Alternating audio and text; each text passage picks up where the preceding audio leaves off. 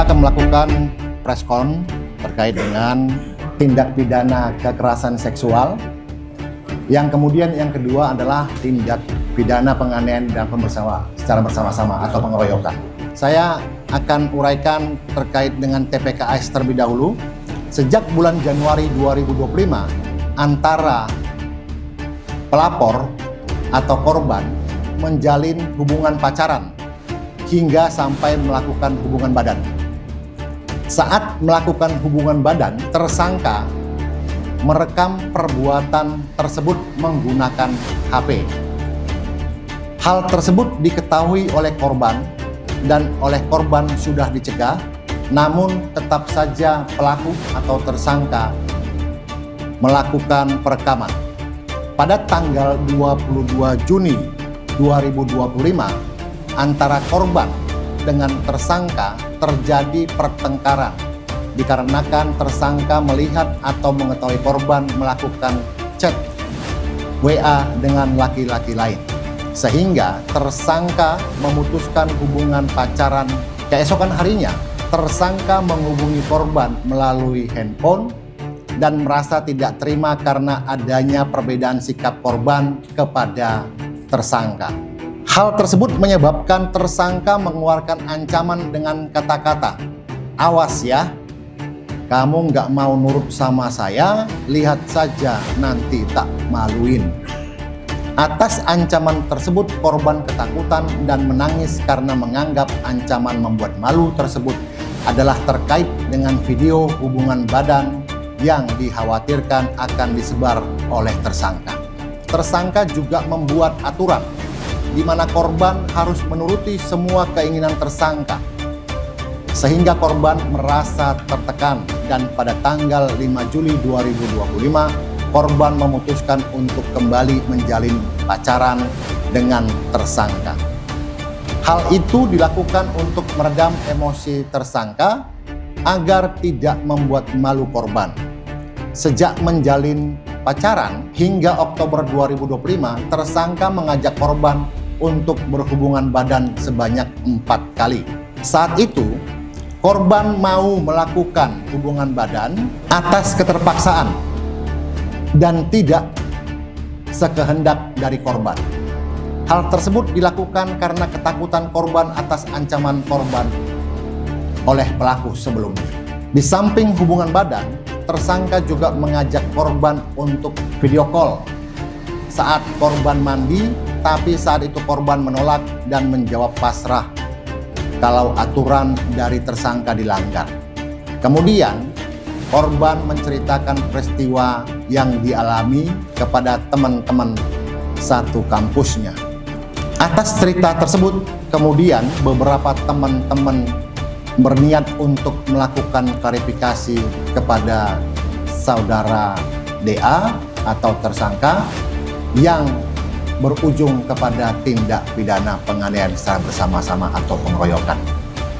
Kemudian, untuk kronologis pengeroyokan atau penganiayaan secara bersama-sama, pada hari Selasa tanggal 14 April 2026, sekitar pukul 17.30 WIB, saat korban di sini, korban adalah DA, pelaku dalam tindak pidana kekerasan seksual tadi, sedang bermain musik di lantai 2 gedung UKM Unsur bersama dengan saudara saksi teman yang lainnya. Tiba-tiba datang para pelaku mendekati korban. Pelaku meminta HP korban dan meminta korban untuk ikut bersamanya. Bersama-sama pergi dari UKM FEB Unsur ke kantin Fakultas Perikanan dan Ilmu Kelautan Unsur Purwokerto. Sesampainya di kantin Fakultas Perikanan dan Ilmu Kelautan tersebut, sudah ada tersangka yang lain. Kemudian korban berdiri di dekat rolling door. Salah satu tersangka menanyakan terkait ada permasalahan apa antara korban dari tindak pidana pengeroyokan dengan korban TPKS. Kemudian dibuatkan perjanjian ditandatangani oleh korban yang inti suratnya adalah korban harus menceritakan permasalahan yang terjadi dengan korban TPKS serta tidak akan mengganggu lagi korban TPKS ini. Para tersangka pengeroyokan tersulut emosi dan memukul wajah korban dengan menggunakan tangan kiri yang dilakukan oleh tersangka 1, disusul memukul perut dan tangan dengan tangan kanan. Kemudian korban penganiayaan sedikit menunduk, disikut ke area punggung, serta disusul tendangan menggunakan lutut mengenai area kepala korban sampai kemudian terpental menabrak rolling door. Para 4 tersangka secara bergantian melakukan pemukulan, penendangan kepada korban dari pengeroyokan. Sekitar pukul 23, kejadian tersebut selesai. Waktu kejadian pengeroyokan yang kedua terjadi pada hari Rabu tanggal 15 April 2026. Sekitar jam 15, korban pengeroyokan yaitu saudara DA tadi sempat pulang ke rumahnya bersama dengan salah satu tersangka untuk mengambil uang dan baju, kemudian langsung kembali ke kos. Sekitar pukul 17.00 waktu Indonesia bagian Barat, datang tersangka yang lain bersama dengan salah satu saksi.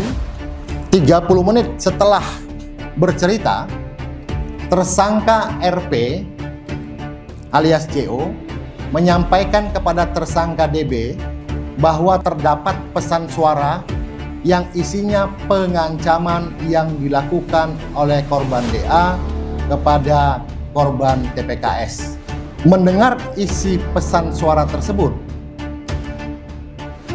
tersangka DB langsung tersulut emosi, kemudian melakukan penganiayaan. Adapun pasal yang dipersangkakan untuk tersangka DA yaitu pelaku TPKS, tindak pidana kekerasan seksual, yaitu pasal 6 huruf C Undang-Undang Nomor 12 Tahun 2022 tentang tindak kekerasan seksual, dan atau pasal 414 ayat 1 huruf B Undang-Undang Nomor 1 Tahun 2023 tentang Kitab Undang-Undang Hukum Pidana dengan ancaman pidana penjara selama 12 tahun. Sedangkan untuk tindak pidana pengeroyokan atau penganiayaan secara bersama-sama, untuk tersangka dengan inisial DBP dan RPK alias JO dikenakan dengan pasal 262 ayat 1 atau pasal 466 junto pasal 127 Undang-Undang Nomor 1 Tahun 2023 tentang Kitab Undang-Undang Hukum Pidana dengan ancaman pidana penjara paling lama 6 tahun 7 bulan.